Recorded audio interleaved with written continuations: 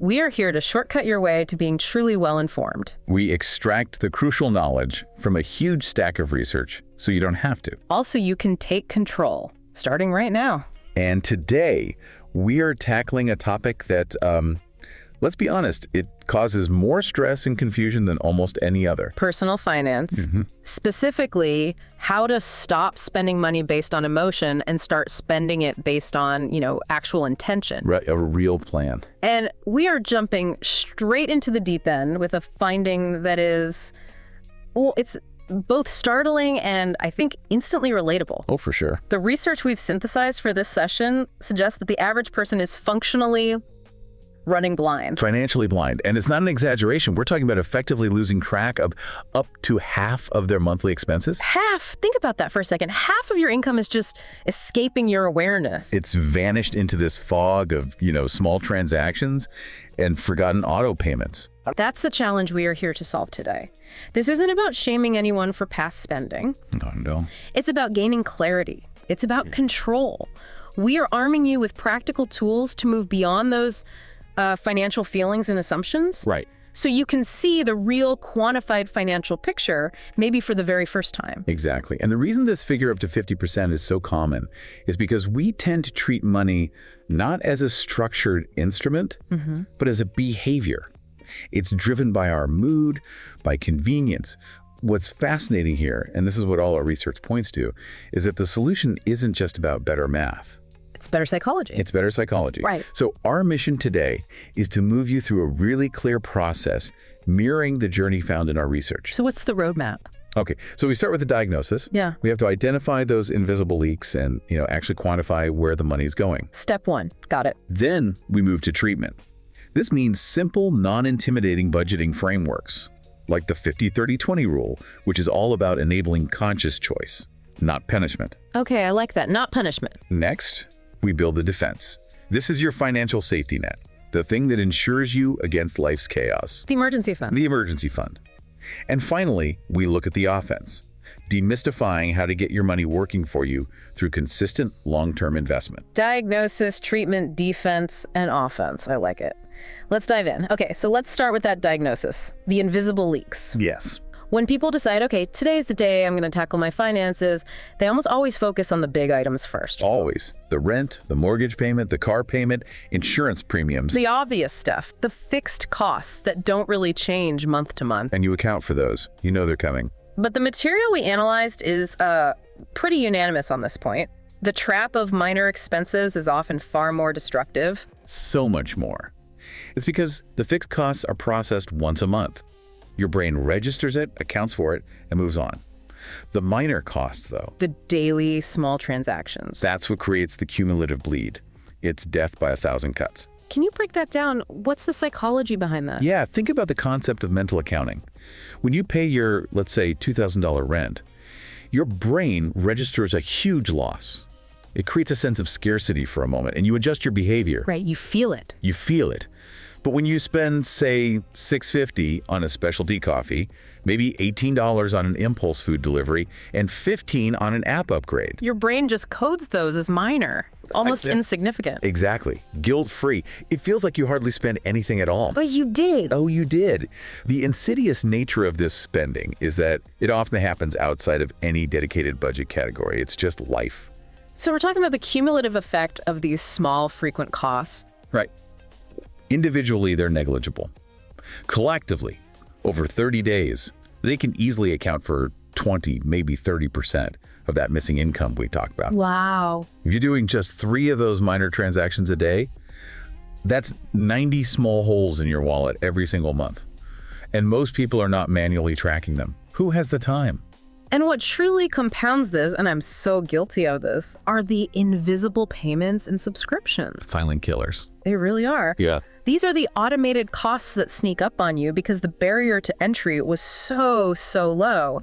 You signed up for 3 different streaming services in January because there was a new show on each one. You subscribed to some project management tool in May for a one-off project. You got a subscription box for specialty socks in October because it sounded fun at the time. And you totally forget their automated deduction. You don't even see the money leave the account because it happens, on the 4th of the month at 2 a.m. And you only notice the lower balance when you try to pay your rent on the 1st, and you're thinking, wait, where did that $100 go?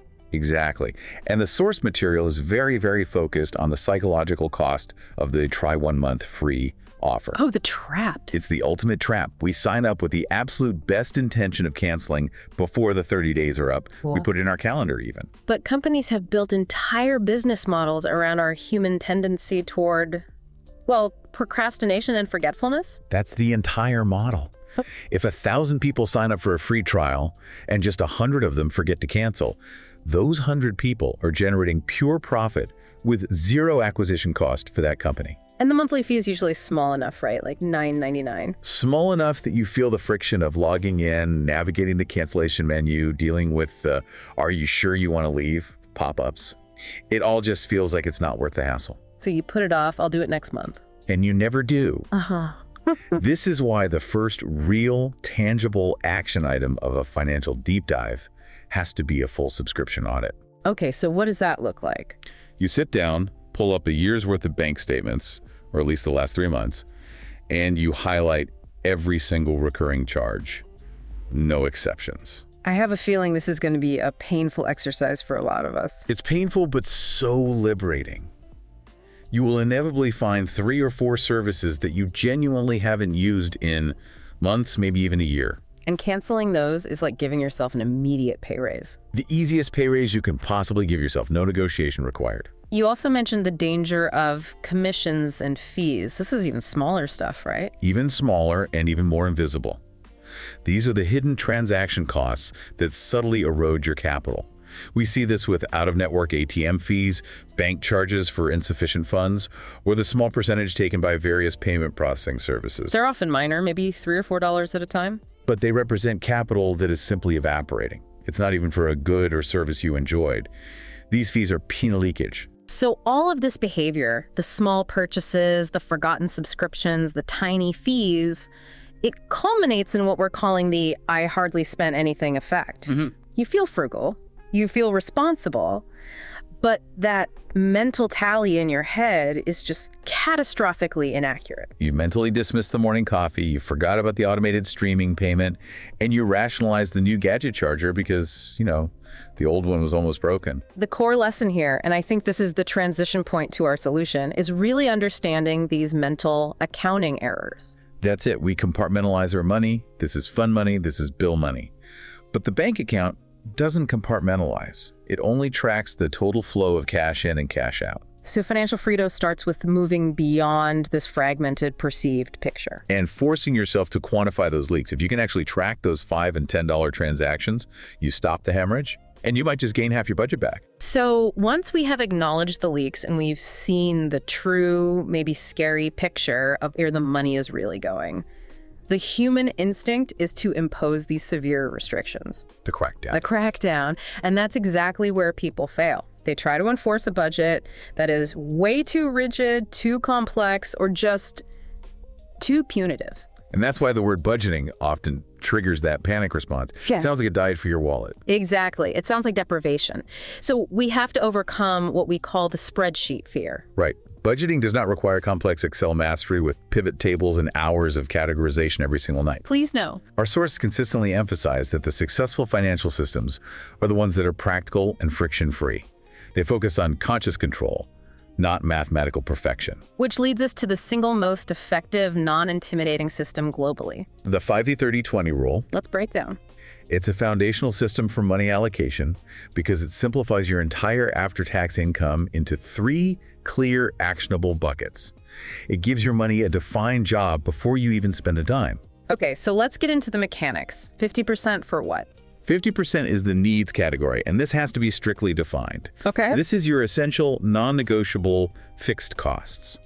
Housing, basic utilities like electricity and water, a minimum phone plan, necessary groceries, and minimum debt payments. The stuff you absolutely cannot live without. If you cannot live without it, it goes into this 50%. Now, a critical point that came up in the research is the nuance of high cost of living areas. What if your rent alone automatically pushes your needs category to 60 or even 70%? That's a great question, and it's a reality for a lot of people. The 50-30-20 rule is a target. It's a guide, not a law of physics. Okay. If your needs are at 60%, the other categories must be squeezed proportionally. So that means your wants might have to drop to 20%. So you can still maintain that 20% commitment to savings and investment. Exactly. It becomes a critical diagnostic tool. If your needs are regularly above 60%, it forces a really important strategic conversation with yourself. Do you need to seek cheaper housing? Is it time to ask for a raise or find ways to increase your income? Right. It forces you to look at the fixed costs, which is often the hardest but most necessary conversation to have. Correct. So that's the 50% for needs. What's next? The second category is 30% for wants. The fun stuff. The fun stuff. And the brilliance of this system is that it makes room for this discretionary spending. It prevents that feeling of deprivation that sabotages most budgets. So this is your life enjoyment category. Exactly. Eating out, entertainment, upgraded clothing, that extra streaming service you actually use, hobbies. By allocating 30% for this, you have permission to spend guilt-free. As long as you stay within that bucket. Provided you stay within that bucket. This is where you allow yourself treats, but with guardrails. I like that. Guardrails, not prison walls. Precisely. And finally, the critical 20% is for investment and savings. This is non-negotiable and ideally should be automated. So this is the money for your future self. This funds your future growth and your safety net. It includes building your emergency fund, retirement contributions like a 401k match or IRA contributions, and, if necessary, aggressively paying down high-interest debt above the minimum required payment. What if you find you can't hit that 20% mark? If you find yourself consistently unable to dedicate 20%, you have to go back and audit your 50% needs bucket again. Because chances are some wants have probably snuck in there. Some wants have infiltrated the needs column. That premium cable package isn't a need. The unlimited data plan might not be a need. You have to be honest with yourself. And what simplifies this whole process immensely is automation. It's the key. The 50-30-20 rule is designed to be managed at the beginning of the month, not minute by minute. As soon as your income hits your account, that 20% should automatically transfer to a separate savings or investment account. So you pay your future self first. Before you even have a chance to spend it. Then, the remaining 80% is what you manage day to day. And to manage that remaining 80%, we need simple tracking instruments. We're back to that no complex spreadsheets idea. Forget the complex software if you hate it. The goal is zero friction. So what works? Our research suggests that dedicated third-party budgeting apps that link to your bank can be excellent because they automate a lot of the categorization for you. But if that feels like too much of a hurdle, then use a simple notes app on your phone or a dedicated physical notebook. Just track your wants spending manually every single day. The point is, if the system is too complex, you will abandon it by day 10. Simple is sustainable. But the real shift in power the moment you feel you're in control comes from the practice of weekly reconciliation. Okay, what's that? Money management shouldn't be a source of daily anxiety. It should be weekly maintenance. Set aside 15 minutes every Sunday evening. Just 15 minutes. That's it. Review the last 7 days. Did you blow through your 30% wants limit? If so, you know you need to pull back a little next week. It's a course correction. It's a gentle course correction. This regular check-in sends a powerful subconscious message. I am in charge. My money is under my control, not the other way around. And this is also where you can set personal limits for your own high-risk areas, right? Absolutely. If you know that food delivery apps are your financial nemesis, give yourself a hard weekly cap for that one category, say $75 and no more. If you find yourself constantly buying clothes, set a monthly limit of $150. These limits are specific, measurable acts of control applied to the areas where your emotions typically lead you astray. So the ultimate philosophy here, the big takeaway, is essential. Budgeting is not about imposing limits that create misery. It's about enabling conscious decision-making. You are deciding, in the end, where your money should go. So when you're about to buy that spontaneous item, you know exactly which bucket it's coming from and what trade-off you're making. You move from saying, where did all my money go? To saying, I chose where my money went. And that is a world of difference. Okay, so the 50-30-20 framework is the structure. It's the map. But the practical day-to-day battle is behavioral, isn't it? It's all behavioral. It's about taming the impulse purchase. We've all been there. That immediate, overwhelming urge to just click buy now which often overrides all logical awareness of the budget. It's a chemical reaction in the brain. We need strategies that move beyond mere willpower, because willpower, as we know, is a finite resource. It runs out. It runs out. So we need to introduce what I call psychological friction. Friction, I like that. So what's the first strategy? The first and arguably most effective strategy is the 24-hour rule. If you see something spontaneous that you want to purchase, you impose a mandatory cooling off period. So you don't say no. You don't say no, you say not right now. You save the item to your cart, or you write it down, and you just wait 24 hours. And what does that do psychologically? It directly combats that need for immediate emotional gratification. Our brain is highly prone to loss aversion. The immediate pleasure of getting the thing feels greater than the pain of the money leaving your account. But by forcing a delay... By forcing a 24-hour delay, you allow the emotional heat to dissipate. You will be absolutely astonished how often you turn to that item 24 hours later and realize the desire was fleeting. It was driven by your mood, not by a genuine need. The urge just evaporates. It really does. A great companion to this is the wish list filter. Okay, how does that work? Instead of making an immediate purchase, even a small one, you write it down on a designated wish list, either physical or digital. And then what? You revisit that list a week later. The research consistently shows that the desire for at least half the items on that list completely vanishes. Wow. The simple act of waiting proves whether the purchase was an emotional reaction or a genuine durable want. And we also have to be ruthless about removing the triggers in the first place. Oh, this is practical advice derived directly from behavioral psychology. You have to go on the offensive. Meaning? Disable every promotional notification, every sales alert, every limited time offer, email from stores you frequently buy from. Unsubscribe. Unsubscribe without mercy. Companies pay massive amounts of money for the ability to send you those pings at exactly the moment of your maximum vulnerability, when you're bored, when you're stressed, when you're just mindlessly scrolling. So by removing those triggers, you eliminate the temptation before it even begins. You're not even fighting the battle because you never stepped onto the battlefield. Now, I often push back on the idea of simple deprivation, though, because like you said, it rarely works long term. It's not sustainable. So instead, we need to introduce functional filters for our spending. You mentioned the replacement solution rule, which I think is a brilliant concept from the sources. Yeah, it's so simple. Before you buy anything, you ask two questions. One, does this genuinely replace an old item that is broken, worn out, or functionally obsolete? Or two, does this solve an active, measurable problem in my life right now? And if the answer to both is no? Then it's not essential. It's a want. And it needs to go through that 24-hour evaluation period. It puts a logical gate in front of the emotional impulse. We also have to talk about the dark side of marketing, the discount game. Yes. Marketers know that the phrase 50% off is a massive emotional trigger. It's a dopamine hit.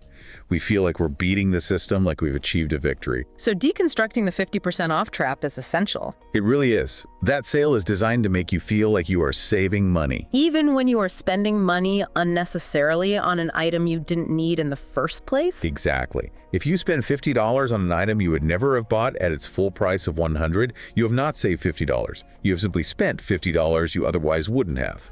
So we have to learn to distinguish a true deal on an item we already planned to buy versus a manufactured incentive to spend. Which brings us to a crucial, and I think really nuanced discussion about a balanced approach to economy. We have to shift the definition of economy away from suffering. Into our balance. True economy is about being intentional. It means planning your meals for the week, which prevents the costly default of ordering convenience food delivery when you're tired and hungry. It means planning your entertainment proactively, right? So you aren't forced into buying expensive last-minute tickets or activities. Exactly. And critically, we have to address status spending. The research is so clear on this. A huge driver of unnecessary spending, especially among younger populations, is purchases motivated purely by external impressions or social media validation. Keeping up with the Joneses, but the Joneses are now everyone on your Instagram feed. Exactly. And if the primary motivation for purchasing a luxury item is to signal status or impress others, rather than its actual utility or the benefit it brings to you, it is almost certainly a poor financial decision. And those purchases often lead to financial resentment down the line. Because they serve someone else's expectation of you, not your actual need. But let's challenge the assumption that economy always means cheapness. This is where we discuss the value equation. I love this concept. Sometimes spending significantly more money up front is the smarter economic choice. Because the item will last longer, require fewer replacements, and provide better value over the item's lifespan. Can you give us an example? Let's compare two pairs of hiking boots. You buy the $40 budget boots. They last one winter, they leak halfway through, and you have to replace them the following year. Total cost over 5 years, $200. Right. Alternatively, you buy the $150 high-quality durable boots. They last 5 years. So you spent more initially. But your total cost over the 5 years is $50 less, and you had a much better dryer experience the entire time. That is the formula for smart economy. Comfort plus control, without the fanaticism of deprivation. It's about making intentional quality choices that maximize value over time, not just minimizing the initial cash outburn. Okay, so once we have controlled the leaks and we started mastering that impulse spending, we can turn to the necessary financial defense. Building the safety net. This is arguably the most crucial step, isn't it? It prevents external chaos from completely derailing all the progress you've made. I'd say it's the foundation of the entire house. We define the emergency fund as the anti-panic measure. The anti-panic measure. It is essential insurance against the unpredictable life events that will happen. It's not a matter of if, but when. We're talking about a job loss, a major appliance failure. The furnace breaks in the middle of winter, the roof leaks, a sudden uncovered medical expense, or a car breakdown that requires a $1,500 repair. And without this fund, those unpredictable events instantly turn into financial chaos. Total chaos. You're forced onto high-interest credit cards or into taking out personal loans, and the cycle of debt begins. So the biggest mistake people make here is looking at the final goal, say 6 months of expenses, and just feeling completely overwhelmed. It leads to paralysis. I'll never save $20,000, so why even start? Right. You can't go from 0 to 6 months overnight.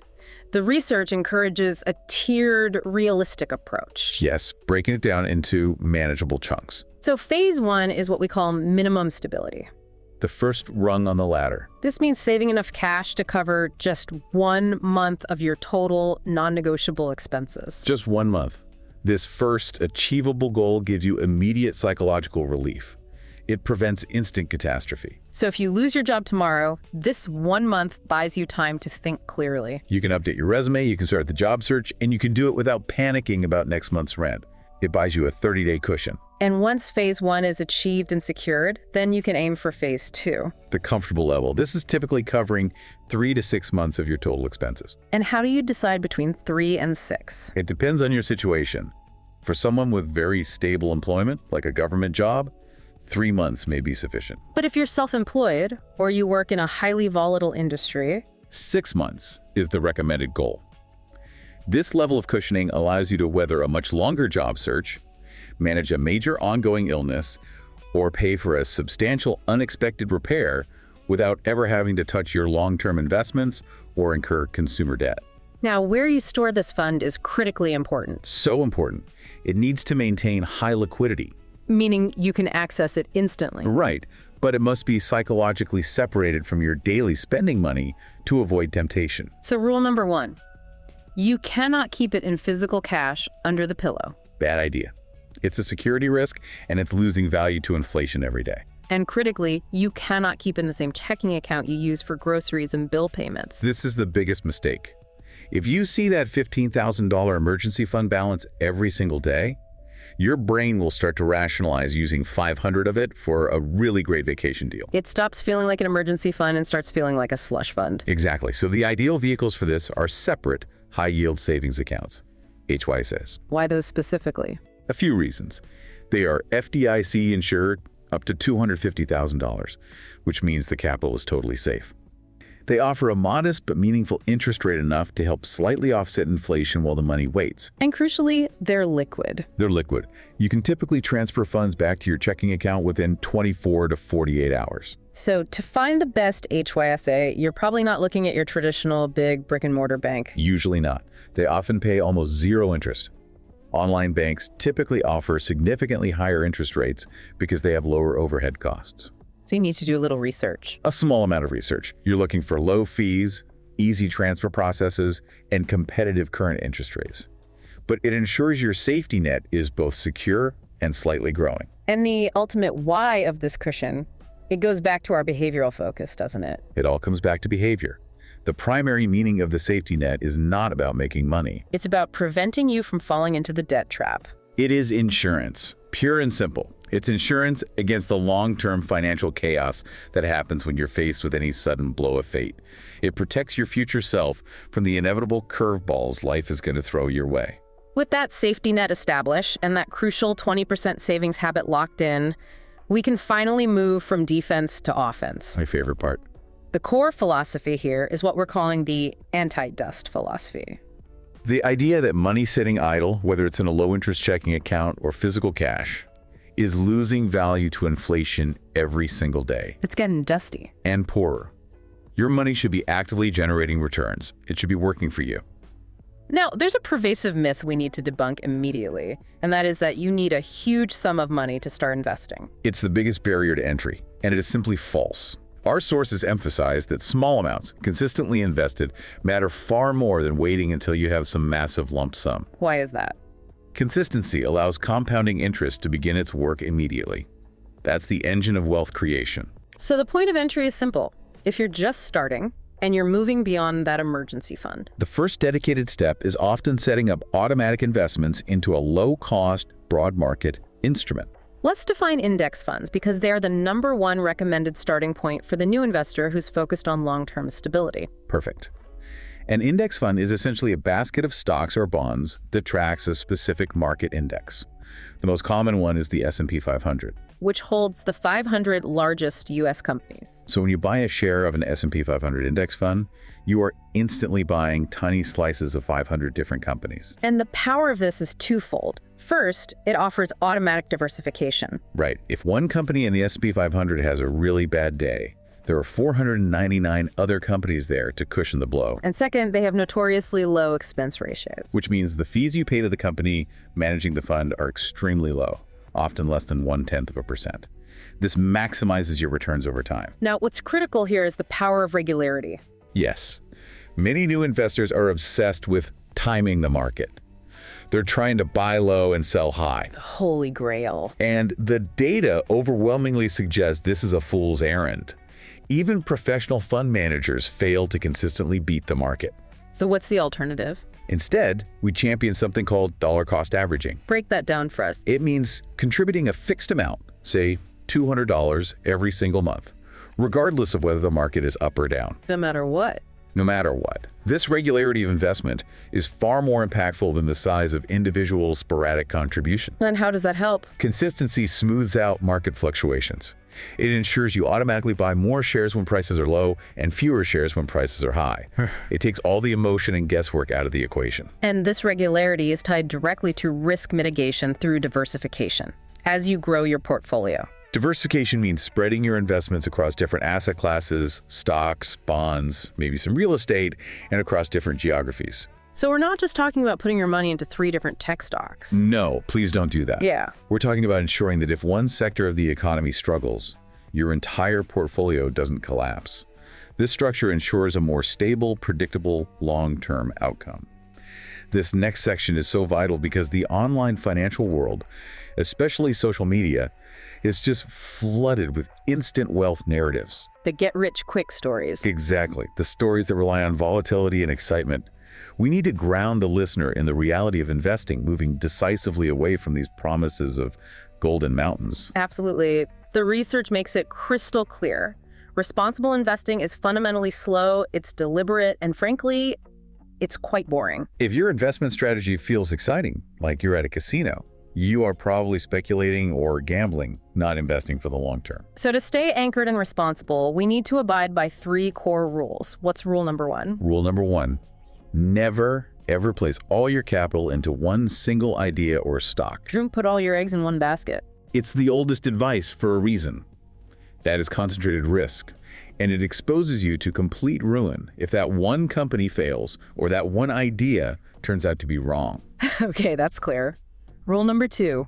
Do not buy assets or instruments you genuinely do not understand. This sounds simple, but it's a big one. It's huge. If you cannot clearly explain what the investment does, how it makes money, and what the primary risks are to a friend or a family member, you shouldn't own it. And this prevents people from jumping into complex schemes or assets they just saw trending on social media. Right. Understanding the fundamentals is completely non-negotiable. And rule number 3 directly addresses that social media phenomenon, the pervasive sense of FOMO, the fear of missing out. You have to recognize that hype stories, the things everyone is suddenly talking about, the stocks that have gone up 500% in a week, are 90% emotion and only 10% fundamental sense or underlying value. These narratives are designed to create short-term volatility that benefits early entrants. But they almost always end badly for the latecomers who pile in at the top. This is why the long horizon advantage is really the only reliable path to building wealth. It's contrasting the overwhelming success of the long-term investment horizon, measured in decades, using compound interest as the engine, with the catastrophic failure rate of the short-term, high-stakes luck or gambling race. Time is your single greatest asset in investing. It's the magic ingredient because it allows your returns to generate more returns.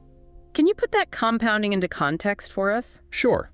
If you invest just $100 monthly starting at age 25, you'll have significantly more money at age 65 than someone who waited until age 40 to start, even if that late starter invests twice the monthly amount. That's incredible. The early investor wins because time gave their money a 15-year head start to compound on itself. Therefore, the real goal of investment is not chasing the dream of instantaneous riches. It is about building a sustainable reality. It's allowing your money to support your future goals, whether that's a stable retirement, achieving financial independence, or simply having a cushion of resources that grows ahead of inflation. We've covered the practical tools, the systems, the strategies. But as we said right at the start, finance is more than just math. So much more. It's about the behavior behind the numbers. We saved the most important piece for last, the psychology of money.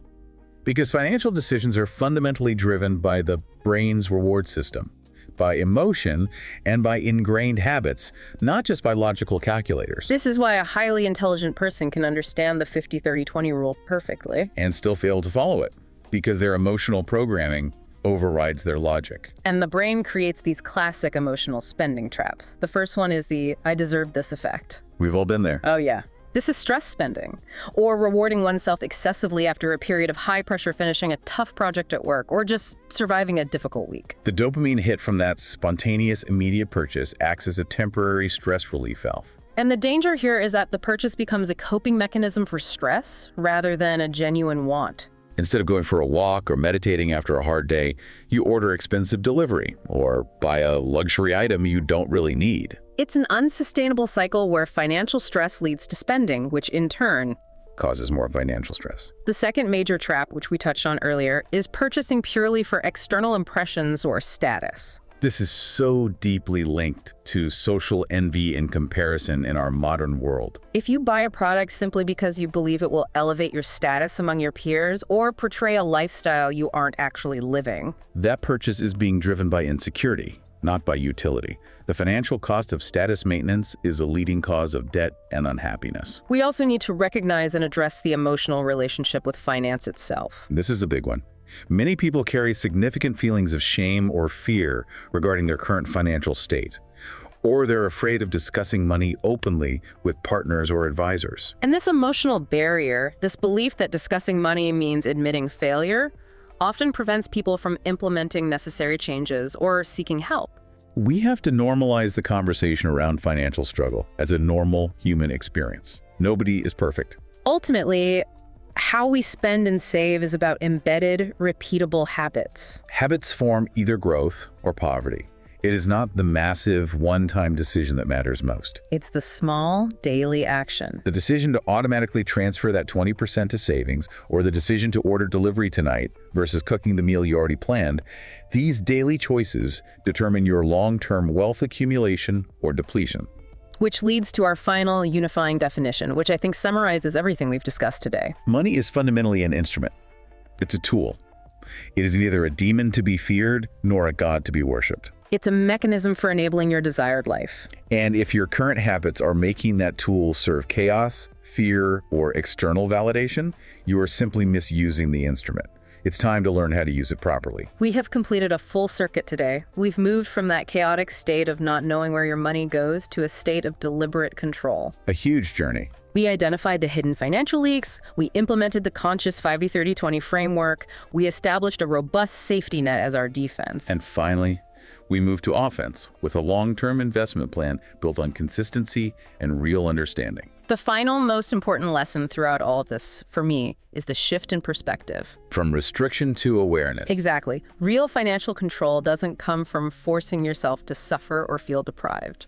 It comes from total, unblinking awareness of your habits and your own financial psychology. You are the one driving the vehicle when you finally understand the mechanics and have a map. So we leave you with this provocative thought to consider as you step away from this deep dive. If money is just a tool, what purpose are your specific daily habits currently making it serve? Are you currently using it for genuine utility, comfort, and control? Or are your default behaviors forcing it to serve chaos, status, and stress? The choice is yours. Thank you for taking this deep dive with us. Take these insights, apply this knowledge immediately, and start transforming that feeling of financial stress into a sense of calm, capable control. We'll see you next time.